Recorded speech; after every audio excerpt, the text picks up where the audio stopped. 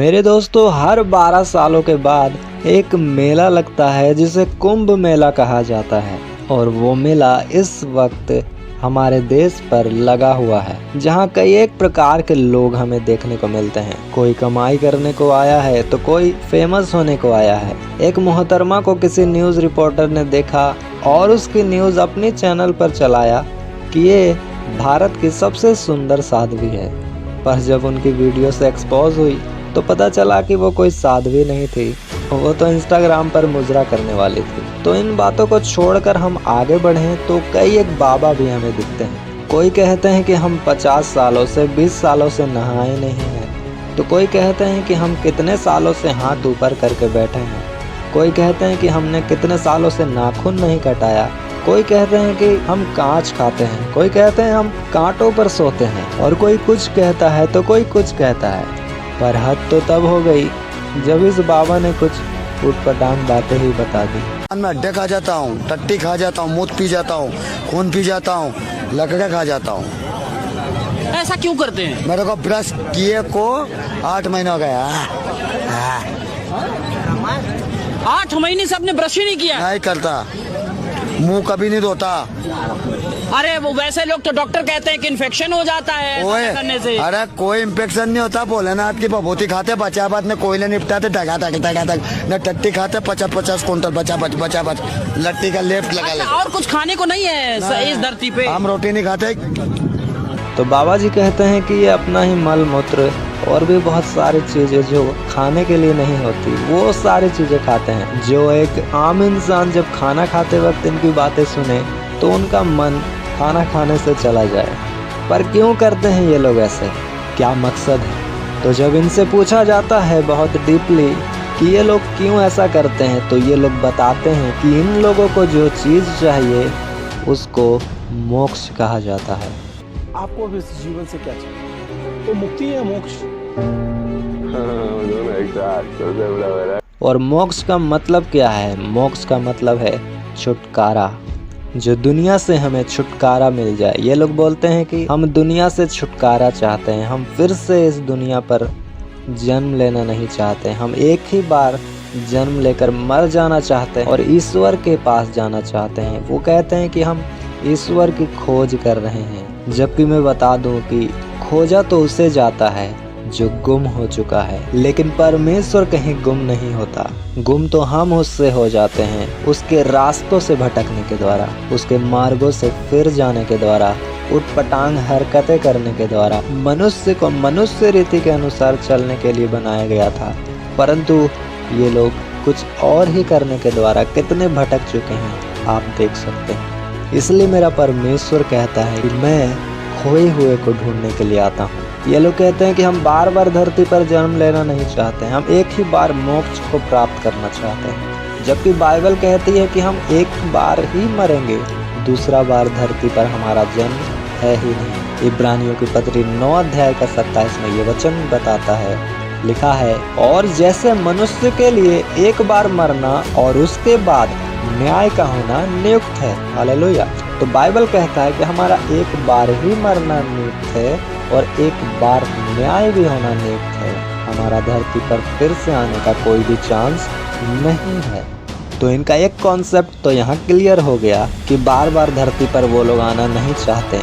तो यहाँ बार बार धरती पर आने का कॉन्सेप्ट ही नहीं बनाया परमेश्वर ने। पर क्या इनके इन हरकतों से इनको मोक्ष मिलेगा? क्योंकि मोक्ष का अर्थ है वो तब मिलता है जब हम संसारिक रीतियों से हट जाते हैं। पर आप इन बाबाओं को अगर नज़दीकी से देखो तो क्या ये दुनियावी तरीकों से हटे हैं, दुनियावी रहन सहन से हटे हैं? जी, एंटरटेनमेंट के लिए अपने जितने भी यहाँ पे दानव लोग हैं या तांत्रिक लोग हैं, उनका मनोरंजन करने के लिए मैं यहाँ पे इनको नचवा रहा हूँ, क्योंकि यहाँ पे बहुत से तांत्रिक लोग भी है। तो जब से मैं इस सीक्वेंस में यहाँ पे आया हूँ तब से वो सब तांत्रिक जो है डरे हुए सहमे हुए हैं। तो उनको थोड़ा सा मोटिवेशन करने के लिए, उनको एंजॉय करने के लिए यहाँ पे ये डांस किया जा रहा है।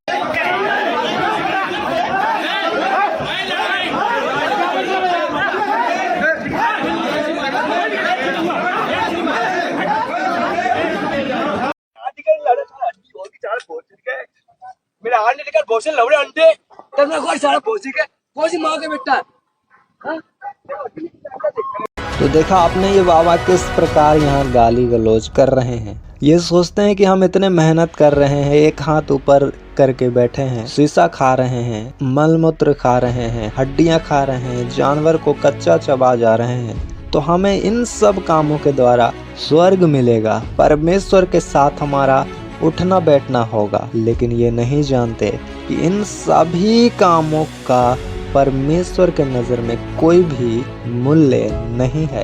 अगर स्वर्ग हमें अपनी मेहनत से मिलता तो परमेश्वर का क्या रोल होता, बाइबल कहता है। इसलिए परमेश्वर की महिमा, परमेश्वर का अनुग्रह हमें हमारी मेहनत के द्वारा नहीं मिलता, वो ग्रेस से मिलता है, वो हमारे चरित्र के द्वारा मिलता है। जब हम ऊट पटांग हरकत को छोड़कर परमेश्वर के वचन के अनुसार जीवन को व्यतीत करना शुरू करते हैं। बाइबल कहता है 2 तीमुथियुस की पत्री 2 अध्याय को और उसमें 21 और 22 वचन में लिखा है, यदि कोई अपने आप को इनसे शुद्ध करेगा तो वह आदर का बर्तन और पवित्र ठहरेगा और स्वामी और हर भले काम के लिए तैयार होगा। जवानी की अभिलाषाओं से भाग और जो शुद्ध मन से प्रभु का नाम लेते हैं उनके साथ धर्म और विश्वास और प्रेम और मेल मिलाप का पीछा कर। हालेलुया। बाइबल बता रहा है अगर कोई अपने आप को इनसे शुद्ध कर देगा, यानी कि पाप से, बुरे चरित्र से, गाली गलौज से, कुदृष्टि से, अपने जब अंदर के कामों को हम सही करेंगे, बुरे कामों से खुद को शुद्ध करेंगे, तो हम क्या करेंगे? पवित्र ठहरेंगे। और स्वर्ग क्या है? पवित्र। परमेश्वर की उपस्थिति क्या है? पवित्र पवित्र पवित्र। वो सेनाओं का यहोवा पवित्र है। तो जब हम इन बुरे कामों से खुद को शुद्ध कर लेंगे तब बाइबल कहता है कि तुम पवित्र ठहरोगे।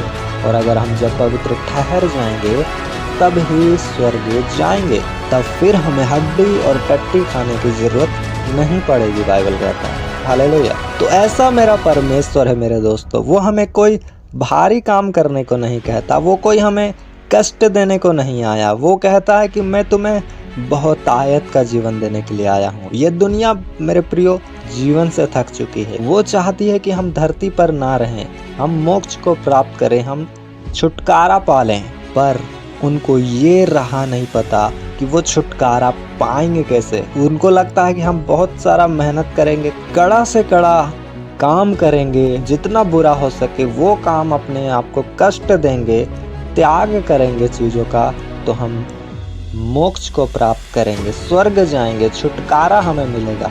और इसी चक्कर में कितनों ने अपने घर का त्याग कर दिया, अपने फैमिली का त्याग कर दिया, अपने पढ़ाई लिखाई का त्याग कर दिया, अपनी सारी चीज़ों का। आपने न्यूज़ सुना होगा हाल ही में कि एक बाप ने एक अपनी 11 साल या 12 साल की बेटी को ही दान कर दिया, त्याग कर दिया वहाँ। जबकि बाइबल कहता है कि मनुष्य को जो परमेश्वर का होना चाहता है वो अपने घर का प्रबंध करना जानता हो। आगरा में फतेहाबाद रोड पर ढौकी थाने के पास रहने वाले संदीप सिंह पेठा व्यापारी हैं। 2 बेटियां राखी और निक्की हैं। बड़ी बेटी राखी 13 साल की है और स्प्रिंगफील्ड इंटर कॉलेज में कक्षा 9 की छात्रा है। पूरा परिवार गुरु की सेवा में करीब 4 साल से जुड़ा हुआ है और कौशल गिरी ने उनके मोहल्ले में भागवत कथा भी करवाई थी। उसी समय से मन में भक्ति जागृत हुई। आगरा से आए इस दंपत्ति ने संगम की रेती पर अपनी बेटी 13 वर्षीय बेटी राखी सिंह ढाकरे को जूना अखाड़े को दान कर दिया। गंगा स्नान के बाद गुरुग्राम से आए जूना अखाड़े के संत कौशल गिरी ने वैदिक मंत्रोच्चार के बीच राखी को शिविर में प्रवेश कराया। और बाइबल कहता है कि तुम अपने माता और पिता का आदर करो। जीसस भी अपने माता और पिता का आदर करते थे, आज्ञाकारिता में वो जीते थे। हालेलुया। बाइबल में लिखा है कि तुम उनके सर पर वो जुआ क्यों डालते हो जो तुम खुद भी नहीं सह सकते। अगर इन कामों से ही अगर सबको मोक्ष मिलता, स्वर्ग मिलता, तो आज कई धरती के इतने लोग नरक में जा रहे हैं। लेकिन बाइबल में परमेश्वर ने ठहराया है कि इन बेकार के कामों के द्वारा तुम्हें स्वर्ग नहीं मिलेगा, परंतु अपने चरित्र को सही करने के द्वारा मिलेगा। बाइबल कहती है जब एक कोढ़ी परमेश्वर के दास के पास जाता है तो परमेश्वर का दास कहता है कि यरदन नदी के पास जाकर 7 डुबकी मार और तेरा कोढ़ चला जाएगा। कोढ़ मेरे प्रिय बाइबल के अनुसार पाप को दर्शाती है। जैसा कि आज धरती पर हम पाप में हैं, बुराइयों में हैं, नाना प्रकार के सड़ाहट में हैं, परमेश्वर से अलग हैं, जिस तरह कोढ़ी लोगों को बाइबल कहती है कि अलग देश में रखा जाता था, उसको अपनाया नहीं जाता था। और ये कोढ़ी इंसान जब परमेश्वर के दास के पास जाता है तो उनको एक इंस्ट्रक्शन मिलता है परमेश्वर की ओर से कि तुझे ये काम करना है, तुझे शुद्ध होना है। हालेलुया, तब तू शुद्ध हो जाएगा। लेकिन वो बंदा कहता है कि नहीं, मैं इस नदी पर क्यों डुबकी मारूं? क्या हमारे ही नगर का नदी सही नहीं? क्या हमारा नदी बुरा है? हम वहाँ भी तो नहा सकते हैं। जब आपको आज परमेश्वर कहता है कि अपने आप को इनके कामों से शुद्ध करो, अपनी बुराई से शुद्ध करो, पाप से हटो, तब तुम आदर के बर्तन ठहरोगे, पवित्र ठहरोगे। अपने आप से व्यभिचार को निकालो, अपने आप से गाली गलौज को निकालो, अपने आप से मूर्ति पूजा को निकालो, अपने आप से कुड़कुड़ाहट को निकालो, बैर विरोध दुश्मनी को निकालो, जितने भी बुरी अभिलाषा हैं उन सभी को अपने अंदर से निकालो। लेकिन आप कहते हो नहीं, ये परमेश्वर तो बड़ा सख्ती बात करता है, जबकि हमारे धर्म में तो ये चीज़ें आम हैं, कर सकते हैं। एक मंत्र पढ़ेंगे, एक हवन पढ़ेंगे तो हम शुद्ध हो जाएंगे, एक डुबकी मारेंगे तो हम शुद्ध हो जाएंगे। उसी तरह यहाँ ये नामान कोढ़ी भी कहता है कि नहीं, हमारी नदी तो सही है, हम यहाँ क्यों मारे डुबकी। लेकिन एक उसका दास रहता है, एक उसका बंदा रहता है, एक उसका नौकर रहता है जो उसको समझाता है। उस वाक्य को हम पढ़ेंगे, दूसरा राजा 5 अध्याय का 13 में लिखता है, तब उसके सेवक पास आकर कहने लगे, हे हमारे पिता, यदि भविष्यद्वक्ता तो कोई भारी काम करने की आज्ञा देता तो क्या तू उसे ना करता? फिर जब वह कहता है कि स्नान करके शुद्ध हो जा, तो कितना अधिक तुझे मानना चाहिए। यहाँ एक बुद्धिमान सेवक है जो उसे समझाता है कि तू एटीट्यूड में क्यों है, कि तू घमंड में किस बात का है। क्या तुझे वो भविष्यद्वक्ता परमेश्वर का दास कुछ भारी काम करने को कहता तो क्या वो तू नहीं करता? अगर तुझे मोक्ष प्राप्त करना है, अगर तुझे शुद्ध होना है, अगर तुझे पापों से आज़ाद होना है, तो क्या तू भारी काम नहीं करता? यहाँ दुनिया में आप देखो मेरे दोस्तों, लोग कांच खा रहे हैं, कांटों पे सो रहे हैं, देह त्याग कर चुके हैं, नहाए नहीं हैं, अशुद्ध वस्तुओं को खा रहे हैं। लेकिन हमारा परमेश्वर हमें कहता है कि स्नान कर और शुद्ध हो जा, बपतिस्मा ले और शुद्ध हो जा, नए सिरे से जन्म और शुद्ध हो जा, पाप से फिर और शुद्ध हो जा, मेरे लहू और मेरे मांस को खा और शुद्ध हो जा। तो बाइबल कहता है, फिर जब वो कहता है कि स्नान करके शुद्ध हो जा, तो कितना अधिक तुझे इसे मानना चाहिए। हालेलुया। जब इतने बुरे कामों को लोग कर रहे हैं मोक्ष को प्राप्त करने के लिए, जबकि उनमें ज्ञान की कमी है, तो जब तुझे परमेश्वर ने ग्रेस दिया है, तुझसे प्रेम किया है, तेरे लिए मोक्ष को फ्री में रखा हुआ है, तो तू उसे क्यों नहीं लेता? तो तुझे उसे कितने जल्दी लेना चाहिए। बाइबल कहता है, यह नामान कोढ़ी फिर उसकी बातों को सुनता है और वो देखता है अपने आसपास, उसे समझ आ जाता है और वो स्नान करके डुबकी मारता है और शुद्ध हो जाता है। हालेलुया।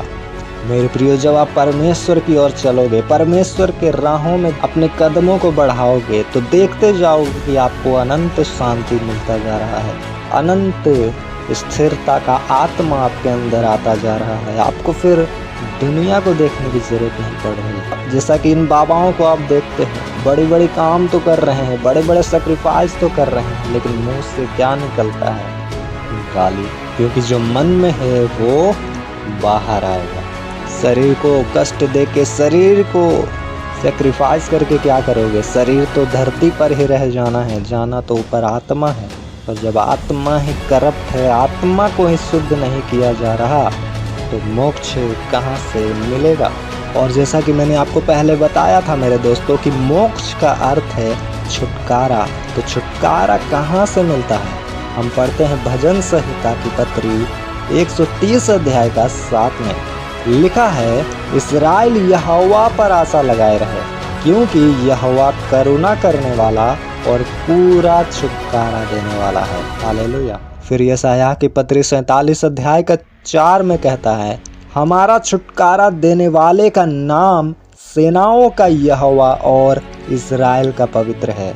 तो जब छुटकारा देने वाला हमारा परमेश्वर यहोवा है और वो कहता है कि मैं तुझे छुटकारा दूंगा, मैं तुम्हें आज़ादी दूंगा, मैं तुम्हें स्वर्ग दूंगा, मैं तुम्हें अपना एक लौता दे दिया, तो और चीज़ें क्यों ना दूंगा। पर इन फालतू कामों के द्वारा नहीं, इन फालतू अपने शरीर को कष्ट देने के द्वारा नहीं, पर आत्मा को पवित्र करने के द्वारा। फिर हम देखते हैं मेरे प्रियो दूसरा तीमुथियुस का पत्री 2 अध्याय का और 21 में, यदि कोई अपने आप को इनसे शुद्ध करेगा तो वह आदर का बर्तन और पवित्र ठहरेगा। इनसे शुद्ध होना है जो इस दुनिया में आप देखते हो, दुनियावी लोगों में आप देखते हो, यहाँ तक कि इन बाबाओं में भी देखते हो।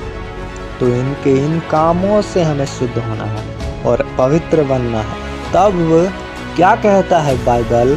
यूहन्ना की पत्री 12 अध्याय का 26 में, यदि कोई मेरी सेवा करे तो मेरे पीछे हो ले, और जहाँ मैं हूँ वहाँ मेरा सेवक भी होगा। यदि कोई मेरी सेवा करे तो पिता उसका आदर करेगा। जीसस ने, परमेश्वर ने, यहोवा ने साफ कहा कि इन बुरे कामों से अपने आप को शुद्ध करो, और जब तुम इन बुरे कामों से शुद्ध हो जाओगे तो तुम मेरी सेवा करोगे, तो फिर मेरे पीछे हो लोगे इन बुरे कामों को छोड़ने के द्वारा। और लिखा है, मैं जहाँ हूँ वहाँ मेरा सेवक भी होगा। इसका मतलब है, उसका वचन कहता है, जीसस पिता स्वर्ग में है और हम भी स्वर्ग में होंगे। तो सिंपल है।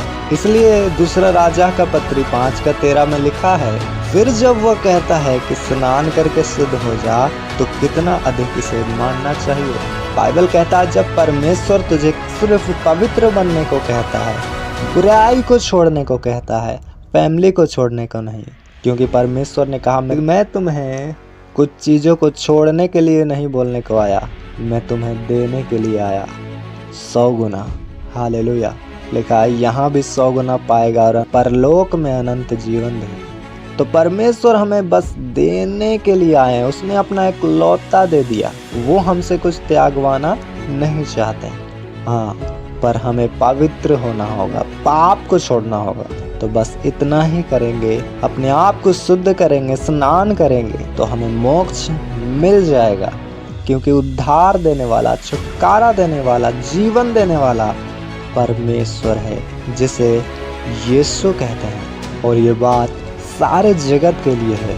तो मेरा आशा है मेरे प्रियो कि आपको पता चल चुका होगा कि छुटकारा, मोक्ष सिर्फ मसीह दे सकता है, और मसीह के वचन में मोक्ष है, छुटकारा है। तो मिलते हैं किसी और वीडियो में किसी और टॉपिक के साथ। तब तक के लिए जय मसीह की।